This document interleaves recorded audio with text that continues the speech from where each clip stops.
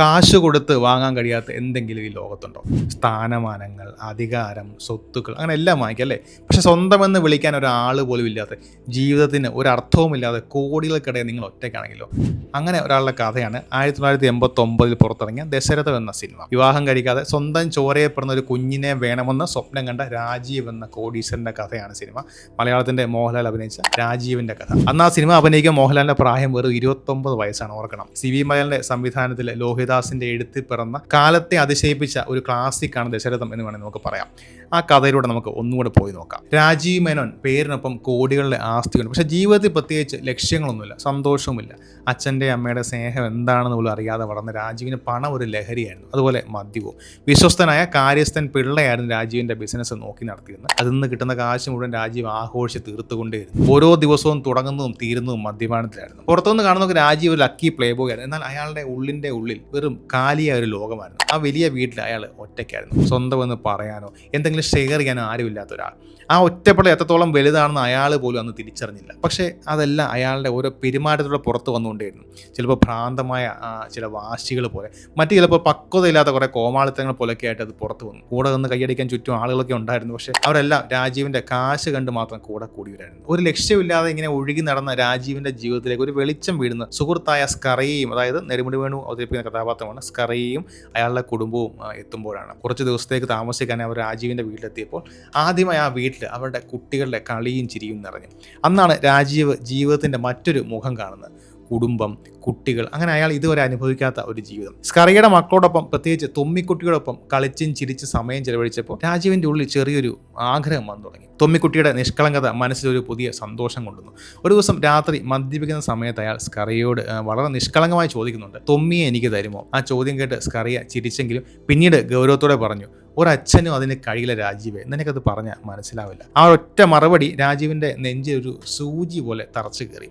സ്വന്തമായൊരു കുഞ്ഞ്, തൻ്റേത് മാത്രമായൊരു കുഞ്ഞ് എന്ന ചിന്ത അയാളെ ഒരു ശക്തമായ ആഗ്രഹമായിട്ട് വന്നു. പക്ഷേ കല്യാണം കഴിക്കാൻ അയാൾ തയ്യാറായിരുന്നില്ല, അതുപോലെ ദത്തെടുക്കാനും താല്പര്യമില്ലായിരുന്നു. തനിക്ക് ജനിക്കുന്ന തൻ്റെ ചോരയെ പിറന്ന ഒരു കുഞ്ഞ്, അതായിരുന്നു രാജീവിൻ്റെ ആവശ്യം. തൻ്റെ ഈ ഭ്രാന്തൻ ആഗ്രഹം എങ്ങനെ നടപ്പാക്കണമെന്ന് അറിയാതെ നിന്ന് രാജീവിന് വഴികാട്ടിയത് സുഹൃത്തായ ഡോക്ടർ ഹമീദ്, അതായത് സുകുമാരൻ്റെ ക്യാരക്ടറാണ് ഹമീദായിരുന്നു. വാടക ഗർഭപാത്രം അഥവാ സറോഗസി എന്ന വഴിയെപ്പറ്റി ഡോക്ടർ പറഞ്ഞപ്പോൾ രാജീവ് അതിൽ താല്പര്യം തോന്നി. 1980കളുടെ അവസാനം കേരളത്തിൽ ആരും കേട്ടിട്ട് പോലില്ലാത്തൊരു കാര്യമായിരുന്നു അത്. എങ്കിലും പിന്മാറാൻ രാജീവ് ഒരുക്കമായിരുന്നില്ല. അങ്ങനെയാണ് അവർ ആനിയിലേക്ക് എത്തുന്നത്. ദേഹയുടെ കഥാപാത്രം, ഫുട്ബോൾ കളിക്കാരനായ ചന്ദ്രദാസ്, അതായത് മുരളിയുടെ കഥാപാത്രം, ജീവൻ രക്ഷിക്കാൻ പണമില്ലാതെ നിസ്സഹായനായി നിൽക്കുകയായിരുന്നു ആനി. അവർക്ക് മുന്നിൽ രാജീവിന്റെ ആവശ്യം ഒരു കച്ചവടമായി അവതരിപ്പിക്കപ്പെട്ടു. പണത്തിന് പകരമായി 9 മാസം ഗർഭപാത്രം വാടകയ്ക്ക് നൽകുക, രാജീവിന്റെ കുഞ്ഞിനെ ചുമന്ന് പ്രസവിച്ച് കൈമാറുക, അതായിരുന്നു കരാർ. ചന്ദ്രദാസിനും ആനിക്ക് അത്ര സന്തോഷമുള്ളൊരു തീരുമാനമായിരുന്നില്ല, മറിച്ച് അതൊരു നിവൃത്തികേടായിരുന്നു. അവസാനം ഒരു നിയമപരമായ കരാറിൽ അവർ ഒപ്പുവെച്ചു. ആനി രാജീവിന്റെ കുഞ്ഞിനെ ഗർഭം ധരിക്കാൻ സമ്മതിച്ചു. തുടക്കത്തിൽ ഇതൊരു ഇടപാട് മാത്രമായാണ് ആനി കണ്ടത്. 9 മാസം കുഞ്ഞിനെ കൈമാറൽ, പണവുമായി മടക്കം. ഈ കച്ചവടത്തിൽ വികാരങ്ങൾക്ക് ഒരു സ്ഥാനവുമില്ലെന്ന് അവൾ സ്വയം പറഞ്ഞു പഠിപ്പിച്ചു. ആനി ഗർഭിണിയായ നിമിഷം മുതൽ രാജീവ് എന്ന മനുഷ്യൻ പൂർണ്ണമായും മാറാൻ തുടങ്ങി. മദ്യവും പാർട്ടികളുമായി നടന്നയാൾ ഒരു അച്ഛനാകാൻ ഗൗരവമായി തയ്യാറെടുത്തു. ഗർഭകാലത്തെക്കുറിച്ചും കുഞ്ഞുങ്ങളെ വളർത്തുന്നതിനെക്കുറിച്ചുമുള്ള പുസ്തകങ്ങൾ അയാൾ വാങ്ങിച്ചു കൂട്ടി.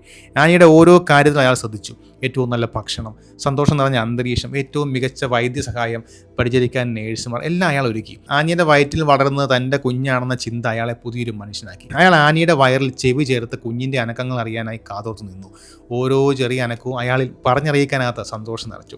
ലക്ഷ്യമില്ലാതെ നടന്ന രാജീവ് മേനോന്റെ ജീവിതത്തിന് ഒടുവിൽ ഒരു ലക്ഷ്യമുണ്ടായിരുന്നു. എന്നാൽ രാജീവ് എന്ന അച്ഛൻ വളരുന്നതോടൊപ്പം ആനിയിൽ മറ്റൊരു സംഘർഷം ഉടലെടുക്കുകയായിരുന്നു. വെറും ഒരു കച്ചവടമായി തുടങ്ങിയ ഗർഭധാരണം അവളുടെ ഉള്ളിലും മാറ്റങ്ങൾ കൊണ്ടുവന്നു. തൻ്റെ ഉള്ളിൽ ഒരു ജീവൻ തുടിക്കുന്ന അവൾ ഓരോ നിമിഷവും തിരിച്ചറിഞ്ഞു. അതൊരു കച്ചവടച്ചരക്കല്ല, തൻ്റെ ശരീരത്തിൻ്റെ, തൻ്റെ ആത്മാവിൻ്റെ ഭാഗമാണെന്ന് തോന്നൽ അവളിൽ ശക്തമായി. അവൾ അറിയാതെ ആ കുഞ്ഞിനെ സ്നേഹിച്ചു തുടങ്ങി, സ്വപ്നങ്ങൾ കണ്ടു തുടങ്ങി. കരാറ് തീരുന്ന ദിവസത്തെക്കുറിച്ച് ഓർത്തപ്പോൾ അവളുടെ നെഞ്ചിൽ ഒരു തീ ആളിക്കത്തി. രാജീവ് എന്ന അച്ഛൻ വളർന്നപ്പോൾ ആനി എന്ന അമ്മയും ജനിക്കുകയായിരുന്നു. ഒടുവിൽ ആ ദിവസം വന്നു. പ്രസവ വേദനയോടെ ആനിയെ ആശുപത്രിയിൽ അഡ്മിറ്റ് ചെയ്തു. പുറത്ത് ഒരു അച്ഛൻ്റെ എല്ലാ ടെൻഷനോടെയും പ്രാർത്ഥനയോടെയും രാജീവ് കാത്തുനിന്നു. ഒടുവിൽ ആ വാർത്ത വന്നു, ഒരു ആൺകുഞ്ഞ്. ലോകം കീഴടക്കിയ സന്തോഷത്തിൽ അയാൾ കുഞ്ഞിനെ കാണാൻ ഓടിച്ചെന്നു. എന്നാൽ അവിടെ കണ്ട കാഴ്ച അയാളുടെ നെഞ്ചു തകർത്തു. തൻ്റെ കുഞ്ഞിനെ നെഞ്ചോട് ചേർത്ത് പിടിച്ച് ആർക്കും വിട്ടുകൊടുക്കുന്ന ഭാവത്തിൽ ഇരിക്കുന്ന ആനിയെയാണ് അയാൾ കണ്ടത്. ഇതെന്റെ കുഞ്ഞാണ്, ഞാൻ തരില്ല എന്ന് കണ്ണീരോടെ അവൾ അലറിയപ്പോൾ രാജീവ് തകർന്നുപോയി. പണം, അധികാരം, നിയമം, അയാൾ ഉണ്ടാക്കിയെടുത്ത കരാറിന് ആ അമ്മയുടെ സ്നേഹത്തിന് മുന്നിൽ ഒരു വിലയുമില്ലെന്ന് അയാൾ തിരിച്ചറിഞ്ഞു. ലോകത്തിലെ ഏറ്റവും വലിയ പരാജിതനെ പോലെ അയാൾ നിന്നു. കുഞ്ഞിനെ ഒരു നോക്ക് കാണാൻ, ഒന്ന് കൈയെടുക്കാൻ അയാൾ യാചിച്ചു. ഒടുവിൽ മറ്റുള്ളവരുടെ നിർബന്ധത്തിന് വഴങ്ങി ആനി മനസ്സില്ലാ മനസ്സോടെ അത് സമ്മതിച്ചു. തൻ്റെ കുഞ്ഞിനെ ആദ്യമായി കയ്യിലെടുത്ത നിമിഷം രാജീവിൻ്റെ കണ്ണുകൾ നിറഞ്ഞൊഴുകി. ജീവിതത്തിൽ ആദ്യമായി സ്വന്തം എന്ന് കരുതിയ ഒന്ന് തനിക്ക് നഷ്ടപ്പെടാൻ പോവുകയെന്ന് അയാൾ വേദനയോടെ തിരിച്ചറിഞ്ഞു. ഹൃദയം തകർന്ന വേദനയോടെ അയാൾ ആ കുഞ്ഞിനെ അമ്മയ്ക്ക് തിരികെ നൽകി. അത്രയേറെ കൊതിച്ച അച്ഛൻ എന്ന പദവി ഒരു നിമിഷം കൊണ്ട് അയാൾക്ക് അന്യമായി. സിനിമയുടെ അവസാനം തകർന്നുപോയ രാജീവ് വീട്ടിലെ കാര്യസ്ഥയായ മാഗിയോട്, അതായത് സുകുമാരിയോട് ഒരു കാര്യം ചോദിക്കുന്നുണ്ട്. ഒരുപക്ഷെ മലയാള സിനിമ കണ്ട ഏറ്റവും ഹൃദയഭേദകമായ ചോദ്യം. വിറയ്ക്കുന്ന കൈകൾ അവരുടെ തോളുകളിൽ വെച്ച് നിറഞ്ഞ കണ്ണുകളോടെ അയാൾ ചോദിക്കുന്നു, ആനി മോനെ സ്നേഹിക്കുന്ന പോലെ മാഗിക്ക് എന്നെ സ്നേഹിക്കാനാകും? ആ ചോദ്യം മാഗിയോട് ആയിരുന്നില്ല, ഈ ലോകത്തോട് മുഴുവനുമായിരുന്നു. സ്നേഹം കിട്ടാതെ വളർന്ന ഒരു മകന്റെ നിസ്സഹായമായ നിലവിളിയായിരുന്നു അത്. പണം കൊണ്ട് എല്ലാം നേടാമെന്ന് വിശ്വസിച്ച കോടീശ്വരൻ ഒരല്പം സ്നേഹത്തിന് വേണ്ടി യാചിക്കുന്ന കാഴ്ച ഏതൊരു പ്രേക്ഷകന്റെയും കണ്ണു നനയ്ക്കും. മോഹൻലാൽ എന്ന നടൻ അഭിനയത്തിന്റെ വിസ്മയം തീർത്ത നിമിഷമായിരുന്നു അത്. ദശരഥ ഒരു സിനിമ മാത്രമല്ല, ബന്ധങ്ങളുടെയും സ്നേഹത്തിൻ്റെയും വില എന്താണെന്ന് നമ്മളെ പഠിപ്പിക്കുന്ന ഒരു ടെക്സ്റ്റ് ബുക്ക് കൂടാണ്. ഈ സിനിമയെക്കുറിച്ച് നിങ്ങളുടെ ഓർമ്മകൾ എന്തൊക്കെയാണെന്ന് പങ്കുവയ്ക്കുക. വീഡിയോ ഇഷ്ടപ്പെട്ടാൽ നിങ്ങൾ ചാനൽ സബ്സ്ക്രൈബ് ചെയ്യുക, ലൈക്ക് ചെയ്യുക, ഷെയർ ചെയ്യുക. വീണ്ടും കാണാം. Thank you.